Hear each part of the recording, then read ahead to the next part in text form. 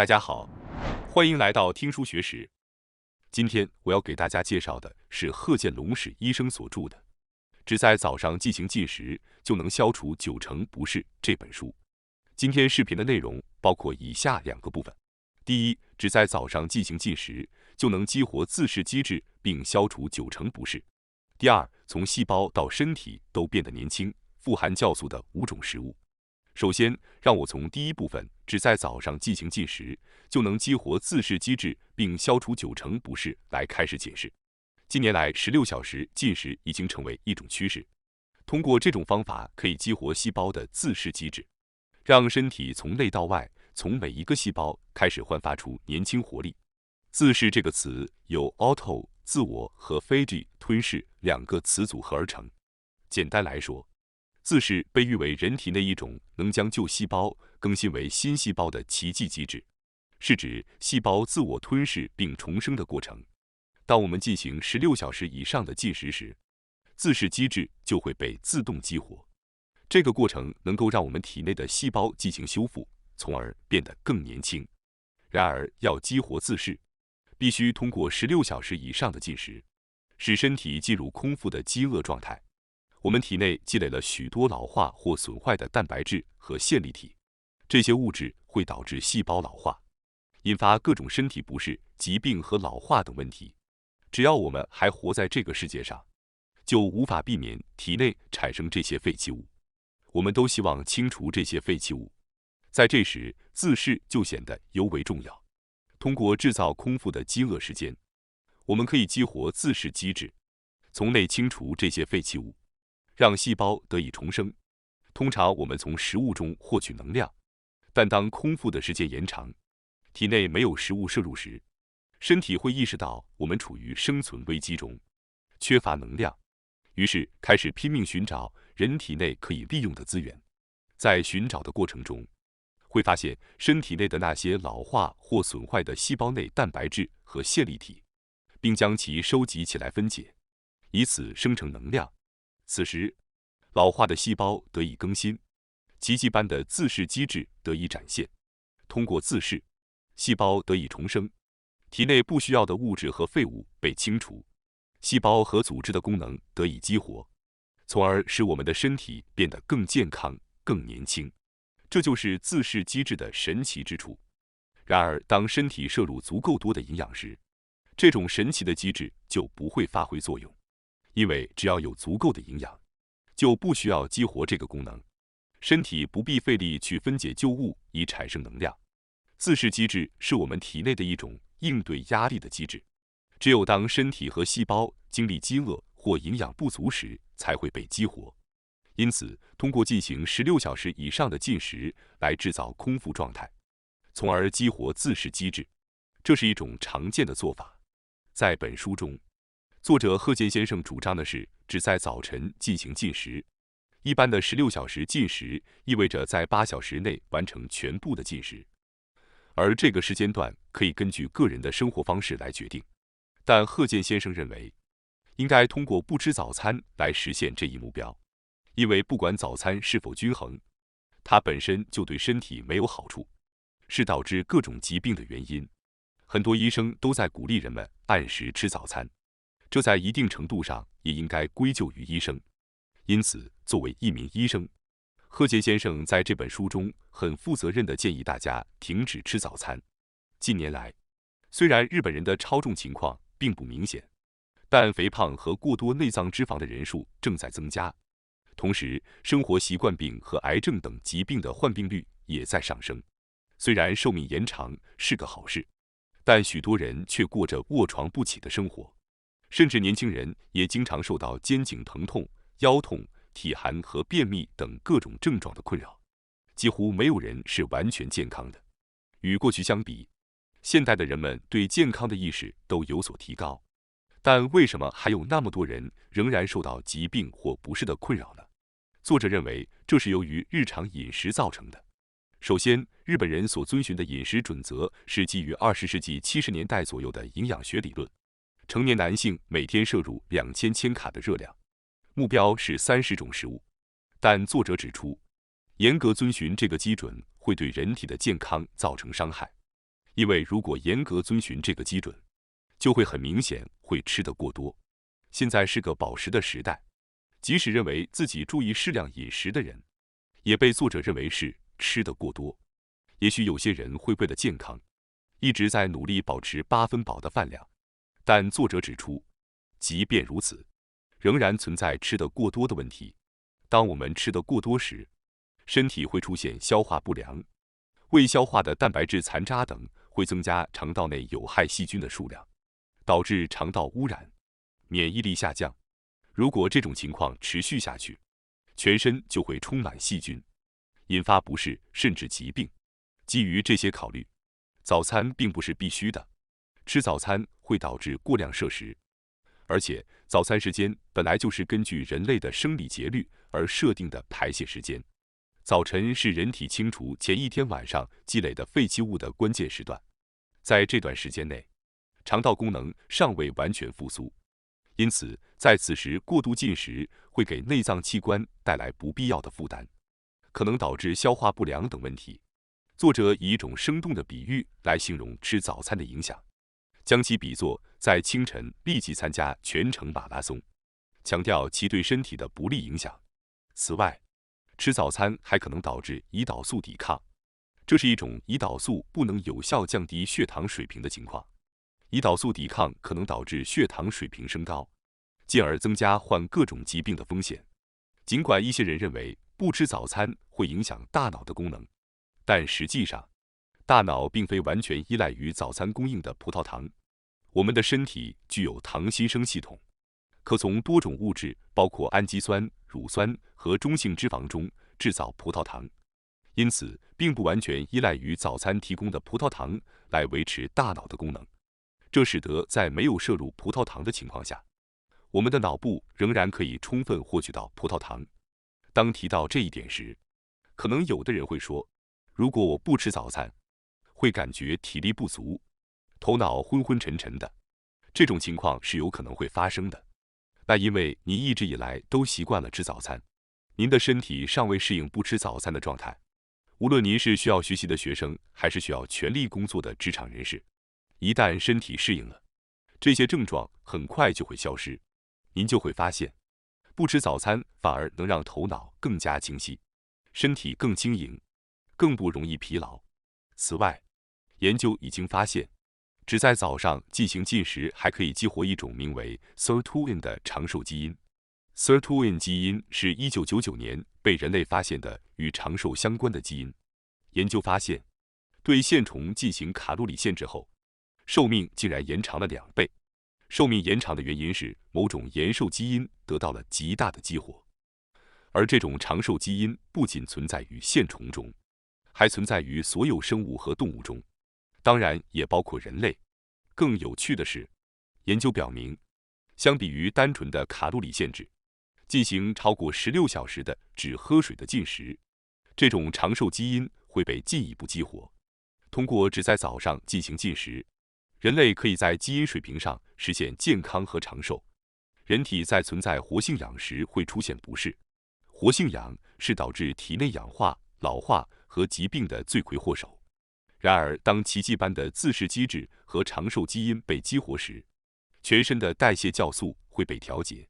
抑制令细胞老化的活性氧，并让免疫细胞正常化。通常情况下，这种长寿基因处于沉睡状态，但通过只在早上进行进食，可以唤醒这一基因。因此，通过养成只在早上进行进食的习惯，您的身体将会获得许多出色的健康效果。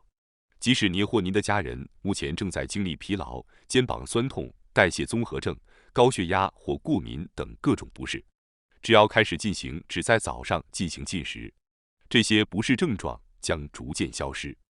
我相信大家都曾听说过体内炎症，尤其是慢性炎症对健康的不良影响。通过采用只在早上进行进食，炎症会减轻，疼痛和不适症状会得到改善。我们已经了解到，引发炎症的因素之一活性氧，如果过量产生，会氧化细胞并引发多种疾病。通过只在早上进行进食，我们可以实现身体老旧细胞的更新和减少活性氧。活性氧减少的话，您可能会感觉到头脑清晰、精神稳定、心情明朗，抑郁症得到改善，呼吸更加轻松，肩颈僵硬和手脚麻木等症状消失，肠道状况改善，免疫力增强等各种效果。那么，为什么只在早上进行进食会带来这么多的好处呢？这是因为，正如先前所解释的那样，通过消除过度进食、自噬的出现以及长寿基因的激活，就会发生这些好处。还有另一个重要的原因，那就是通过只在早上进行进食，我们可以解决酵素不足的问题。大家可能已经听说过酵素的重要性，在我们的身体中，没有酵素是无法维持生命的。可以说，酵素是我们生命中最重要的东西之一。如果酵素不足，我们的身体会出现各种不适。据说，我们体内的酵素超过了2万种，这么多的酵素都在各自发挥作用，帮助我们的身体正常运作。酵素大致分为消化酵素和代谢酵素2类。消化酵素是指将碳水化合物、蛋白质和脂质这3大营养素消化到可以被人体吸收的分子水平的过程。毫无疑问，如果消化不良，无论食物多么有营养，我们也无法从中获得营养。将食物转化为身体能够吸收的形式是消化的关键功能，而消化酵素正是将食物消化并吸收所必不可少的酵素。另一方面，代谢是指体内为了生存而进行的各种化学反应，包括从肠道中吸收的营养素中提取能量、更换老化的物质，以及调节免疫、激素和神经等功能和平衡。没有代谢酵素，代谢活动就无法进行。这2种酵素并非完全独立，它们统称为潜在酵素，根据需要被分配为消化酵素或代谢酵素，在体内发挥着各种作用。一个非常重要的点是，我们体内能使用的酵素总量是有限的，因此节约酵素是保持健康的关键。有效的节约方法之一就是只在早上进行进食。简单来说，如果你不吃早餐，身体就不需要进行消化，自然也就不需要使用消化酵素。这样一来，所有潜在酵素都可以作为代谢酵素来使用。代谢酵素是所有生命活动的基础，维持着人体健康。因此，不吃早餐可以增加代谢酵素的量，从而有利于健康。如果早餐吃得过多，消化酵素的消耗量就会增加，代谢酵素的量相应减少。相反，如果节约消化酵素，体内的代谢酵素就会充足。现代人大多处于过度饮食状态，导致消化酵素的浪费，进而减少了代谢酵素，影响了代谢活动，最终导致免疫力下降、能量代谢紊乱、肥胖、疾病和加速老化等问题。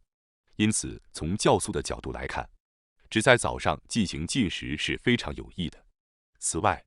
流行的16小时进食也是值得尝试的，即在晚上8点前吃完晚餐，第2天早上不吃早餐，一直到中午，这样就可以实现16小时的进食，激活细胞的自噬作用。食物完全消化和吸收大约需要半天时间，而1日3餐之间的间隔通常只有5到6小时，这样前一顿食物还未消化完，新的食物又进入体内，导致身体一直在进行消化活动，无法将酵素用于代谢。因此，建议大家从明天开始尝试一下只在早上进行进食这种方法。接下来是第2部分，从细胞到身体都变得年轻，富含酵素的5种食物。在第1部分的后半部分，我们关注了酵素的重要性，并详细介绍了酵素的作用。接下来，我们将介绍以下5种食物，通过食用它们来有效补充酵素。首先是第1种食物，去毒的发芽玄米。一般来说，相较于白米，玄米更加健康，营养价值也更高，这一点是广为人知的。基于这样的信息，越来越多注重健康的人都会选择玄米而不是白米。然而，作者指出，一些人吃了玄米后容易出现胃部不适，甚至发现玄米并没有改善他们的身体状况。这到底是为什么呢？问题有以下2点。首先，玄米中含有一种名为脱落酸的毒物，这种毒素是植物种子为了保护自己而产生的物质，它通过阻碍酵素的作用来保护自身免受氧化的伤害。但是脱落酸对人体来说毒性很强，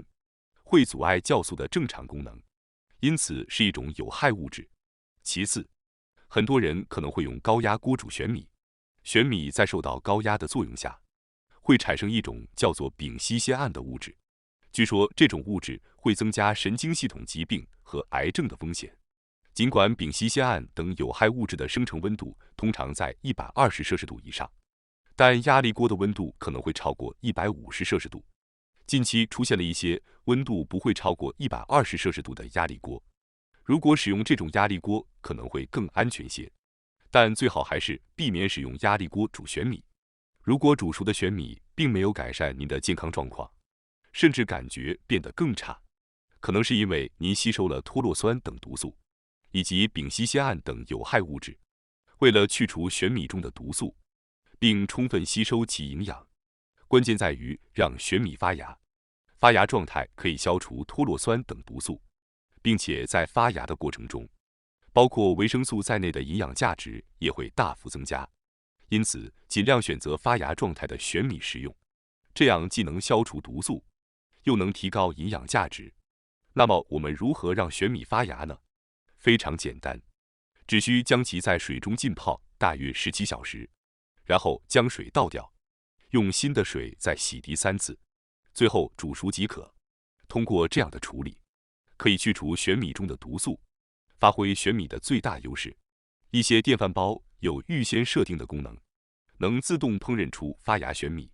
对于觉得麻烦的人来说，购买这样的电饭煲也是一个不错的选择。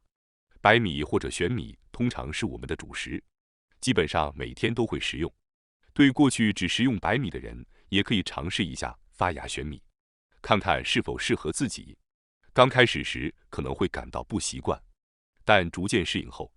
您肯定会发现发芽玄米的口感真的让人难以抗拒。接下来是第2种食物，磨碎的蔬菜。酵素富含在生的蔬菜和水果中，在过去人们认为蔬菜经过烹饪后更容易消化，并能摄取更多的维生素和食物纤维。然而，问题在于烹饪会导致酵素的死亡。由于酵素大部分由蛋白质构成，受热等因素会改变其结构并导致破坏，所以我们摄入的食物中只有生的食物含有活性酵素。蔬菜在加热后，酵素会失去其活性，抗氧化等抑制老化的成分会大幅减少。当然，并非所有的蔬菜都适合生吃，但希望大家在午餐和晚餐时，尽可能增加生蔬菜的摄入量。总之，为了补充活性酵素，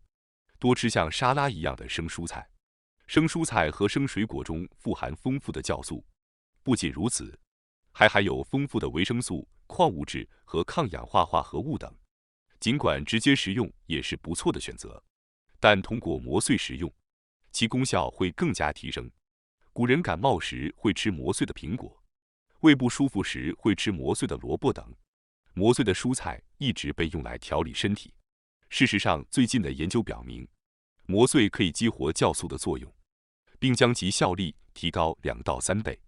因此，如果想要摄取大量的活性酵素，吃磨碎的蔬菜是一个绝佳的方法。适合磨碎食用的蔬菜包括白萝卜、生姜、胡萝卜、黄瓜、莲藕、山药、圆葱、大蒜等。大家不妨尝试吃生的磨碎的蔬菜，看看效果如何。一旦养成这个习惯，您可能会乐此不疲地将所有食物磨碎食用。养成这样的习惯后，您会摄取大量活性酵素，身体的不适感也会逐渐减轻。一些人可能会担心，生吃生蔬菜和水果会不会导致体寒呢？但作者表示，食用生蔬菜和水果并不会导致体寒。当然，如果只吃生蔬菜和水果，情况可能就不同了。但我们通常也会摄取一些产生热量的食物。积极的食用生蔬菜和水果，实际上有助于改善体寒的情况。这是因为通过摄入大量的酵素，体内酵素充足，促进了代谢酵素的活动，改善了血液循环，促进了新陈代谢，从而消除了体寒的问题。体寒的原因在于末梢毛细血管的血液循环不畅，而作者指出，这个问题的根源在于酵素不足。因此，表面上看似会降低体温的生蔬菜和水果，实际上不仅不会导致体寒，反而有助于治疗体寒。对于那些受体寒困扰的女性来说，积极的食用生蔬菜和水果会是一个不错的选择。接下来是第3种食物，富含粘性成分的食物。大家或许都对像山药、纳豆和秋葵等粘性食物有一定的了解。粘性食物对健康非常有益，将各种粘性食物混合在一起形成的混合物被称为粘性混合食物。作者将其称为顶级的酵素食物。具体来说，粘性混合食物是由具有滋养强壮作用的山药、纳豆以及各种粘性蔬菜和海藻混合而成的酵素食物。制作方法非常简单，基本上就是将山药和秋葵等粘性食物混合在一起。首先将山药磨碎，然后加入搅碎的纳豆，接着加入切碎的秋葵、大葱、洋葱和海带，然后加入磨碎的生姜和大蒜，充分搅拌均匀。最后加入味噌和黑醋，根据个人口味喜好，也可以用酱油和黑醋来调味。这样制作出来的粘性混合食物非常有益健康，是一道令人非常赞叹的酵素食物。接下来是第4种食物，富含活性酵素的味噌汤。发酵食品对健康有益的说法已经被广泛认可，例如纳豆、泡菜和味噌汤等发酵食品都是保护健康的重要食物之一。通常人们提到发酵食品时，会从有益于肠道健康的角度来谈论，因为发酵食品有助于调节肠道环境。然而实际上，摄入发酵食品可以促进酵素的活性化，从而更好地消化食物并吸收营养。因此，不仅从肠道健康的角度来看，从酵素的角度来看，发酵食品都非常有益健康。我建议大家积极地摄入发酵食品，其中特别推荐喝含有酵素的味噌汤。最近有多种数据表明，味噌可以预防多种癌症，改善骨质疏松症，调节肠道环境，对预防和改善更年期综合症也非常有效。味噌因其丰富的异黄酮含量而被认为具有出色的预防癌症效果。提到味噌，总会有的人会担心其盐分的含量，但奇妙的是，即使是生味噌盐分含量较高，却有着降低血压的功效。这是因为其中的蛋白黑素和皂苷物质具有降压作用。蛋白黑素是大豆中所没有的成分，在成为味噌后才会出现。其具有改善便秘、调节血压、促进乳酸菌繁殖等功能。因此，味噌是一种我们每天都应该摄取的食物。尤其是含有活性酵素的生味噌更能发挥其功效。尽管味噌有多种类型，但有些产品在杀菌等过程中会导致酵素死亡，所以在选择味噌时应选购含有活性酵母菌的产品。接下来是第5种食物，季节水果。对于那些担心水果的高糖含量可能导致体重增加的人来说，他们可能会认为水果会使体重上升。然而事实并非如此，因为水果热量低，即使摄入也不容易引起肥胖。从酵素营养学的角度来看，几乎找不到比水果更富含丰富酵素的食物了。此外，水果还具有消化良好、富含优质维生素和矿物质、丰富的膳食纤维以及植物化学物质的抗氧化作用等多种优点。鉴于这些优点，作者建议每天摄取1到2种季节水果，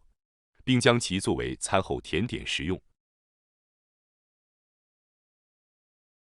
感谢大家收看今天的节目。如果你喜欢我们分享的内容，记得点赞、订阅并开启小铃铛通知，第一时间获取我们的更新。在下次的节目中，我们将继续为大家分享更多有益的书籍。再次感谢大家的支持，我们下期再见。